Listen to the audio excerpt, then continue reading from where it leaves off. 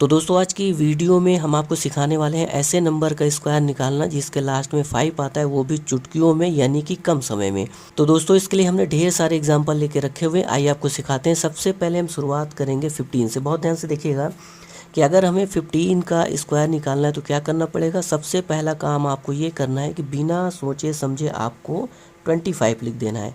ये हो गया आपका पहला काम। अब आपको दूसरा काम ये करना है कि आपको देखना है कि 5 के बगल में कौन सा नंबर आ रहा है। तो आप देखें कि 5 के बगल में 1 नंबर आ रहा है, तो इसको यहाँ पे लिख लेंगे। अब आप हमें ये बताओ कि 1 के बाद कौन सा नंबर आता है। जब आप गिनती गिनेंगे तो 1 के बाद देखें कौन सा नंबर आता है। 1 के बाद 2 आता है, तो जो नंबर 1 के बाद आए उसका इसमें मल्टीप्लाई कर दो। 1 के बाद 2 आता है यानी कि 2 का इसमें मल्टीप्लाई कर दो। जब आप 2 का इसमें मल्टीप्लाई करोगे तो हमारे सामने आएगा 2, और ये जो मल्टीप्लाई करने पे आए इसी को उठा के इसके सामने रख देना है, यानी कि यहीं पर चिपका देना है। तो दोस्तों जैसे ही आप 2 को यहाँ रखेंगे तुरंत आपका 15 का स्क्वायर निकल आएगा, यानी कि यही आपका करेक्ट आंसर हो जाएगा। तो दोस्तों चलिए यही मेथड क्या करते हैं 25 में भी अप्लाई करके देखते हैं। बहुत ध्यान से देखिएगा। सबसे पहला काम हमें क्या करना होता है, सबसे पहला काम आपको यही करना है कि बिना सोचे समझे आपको लिख देना है 25। तो हमने लिख दिया 25।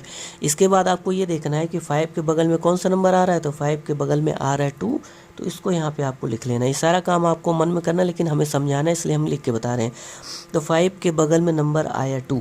उसके बाद आपको ये देखना है कि 2 के बाद कौन सा नंबर आता है जब आप गिनती गिनते हैं। तो 2 के बाद आता है 3। तो 2 के बाद जो नंबर आएगा उसका इसमें कर देना है मल्टीप्लाई, यानी कि 3 का कर देना है मल्टीप्लाई, आ जाएगा 6।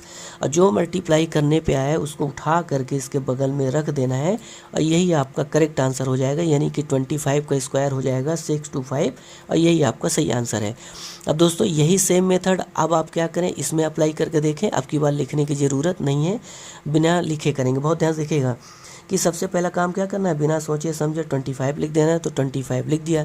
उसके बाद देखो ये है 3 के बाद नंबर आता है 4, और 4 का मल्टीप्लाई हो जाएगा 12, यहाँ पे रख देंगे 12, और यही आपका हो जाएगा करेक्ट आंसर। तो चलिए दोस्तों क्या करते हैं 45 में भी अप्लाई कर लेते हैं। तो भैया बिना सोचे समझे सबसे पहले लिखना है 25। उसके बाद देखो यहाँ पे 4 है, 4 के जस्ट बाद आता है 5, 4 और 5 को मल्टीप्लाई हो जाएगा 20, यानी हमारा आंसर आ गया 2025। यही आपका करेक्ट आंसर हो जाएगा। 45 का स्क्वायर हो गया 2025।